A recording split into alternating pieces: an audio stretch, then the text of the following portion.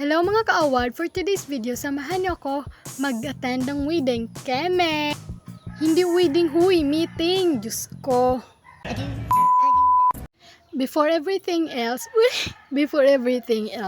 samahan niyo muna akong mag-get ready with me. Kasi kailangan maganda. Char! Sa makeup naman mga ka-award, lipstick, sunscreen, lotion, and perfume lang talaga yung lagi kong gamit. Yun lang mga yon, wala, napapakon-boast na yung confident ko. At dahil nagme-makeup lang naman ako mga ka-award at wala akong may chismis ngayon, mag-share na lang muna ako ng mga basics information about me. So, let's start with what is my favorite color. My favorite color is blue and purple. Purple kasi I'm an army. BTS Army. Charis! Pangalawang video ka na din nga pala to, kaso medyo naiilang pa ako sa pag-voice over kasi wala akong may topic. Keme! Oo nga pala, singit ko lang. Ano ba magbasa nito? Otwo? Otwo kasi yung pagbasa ko. Nako! Bobo mo self. Sige, back na tayo sa topic. And then, I'm a second year college. Who is excited? Incoming second year pala, hindi pa pala nagsusimula yung pasukan. Diyos ko.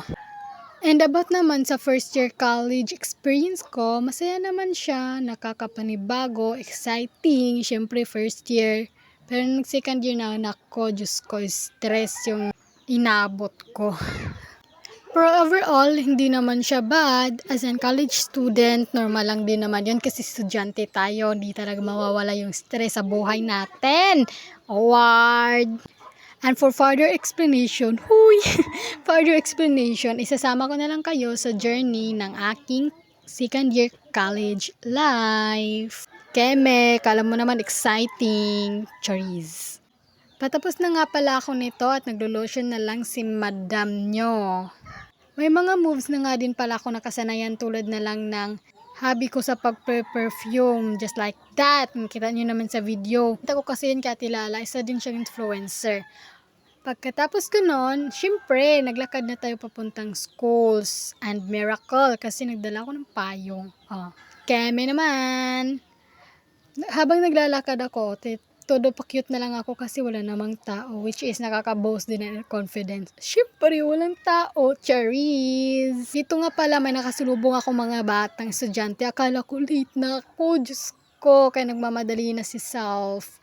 And then, pagkapunta ko din sa gate, akala ko may nag-aaway. Diyos ko, nagtatakal lang pala about sa flat tire. Ba't naman kasi kailangan sumigaw? Keme! Fast forward na nga din pala tayo mga ka-award. Andito na ako sa room. At syempre, feeling parents tayo ngayon. Nag-meeting lang naman about sa mga officers and sa feeding. Pagkatapos, umuwi na. Dala ko na nga din pala yung kapatid ko and diretso na kami pa uwi kasi magluluto pa ako ng pagkain panghapunan.